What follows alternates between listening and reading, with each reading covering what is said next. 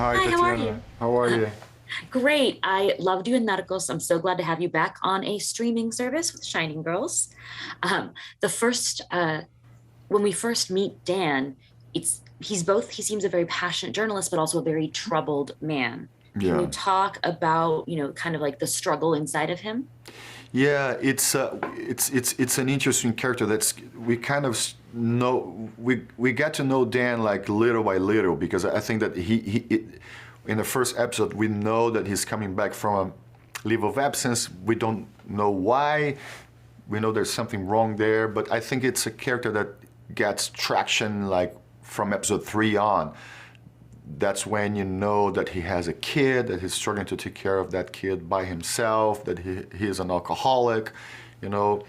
So it's a great character because he's a good journalist, and I love that he's a good journalist because I am a journalist too. My background is in journalism, and I love, I mean, everything about journalism. I think it's a very good moment to talk about journalism when we have world leaders discrediting the work of journalists and people getting information in social media, the spread of fake news, all that. I think it's a good moment to play a good journalist. But also, as an actor, it's amazing to play a good journalist that is completely out of his center. He's a guy who's trying to get back, like Kirby. They look at each other and they recognize in each other.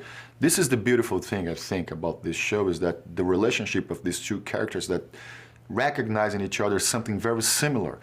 They have similar wounds, similar scars, and they're trying to get their lives back on track. So what in the beginning for Dan, it's like the story. That story is gonna bring him back to the position that he used to be. He used to be a guy who was writing a column in the Chicago Sun-Times, and not anymore.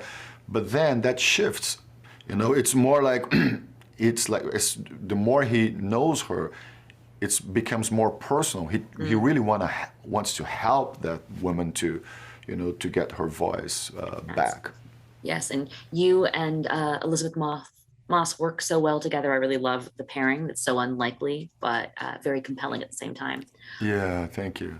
Also, I thought I loved in the scene with your son that you mentioned.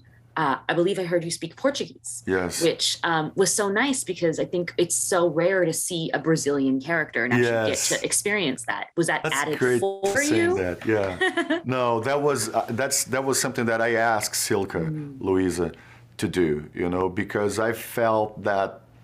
I first of all I love to speak my language, whenever, and I love to play. I mean, every character that I play, I try to play them as a Brazilian man who is living in the U.S. or something like that.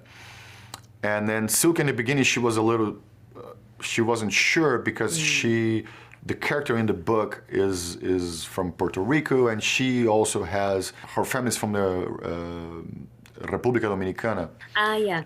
And then she had this Caribbean feel but then she agreed. I had to prove to her. I have to tell her that there was a big Velasquez family in Brazil too. So it was credible.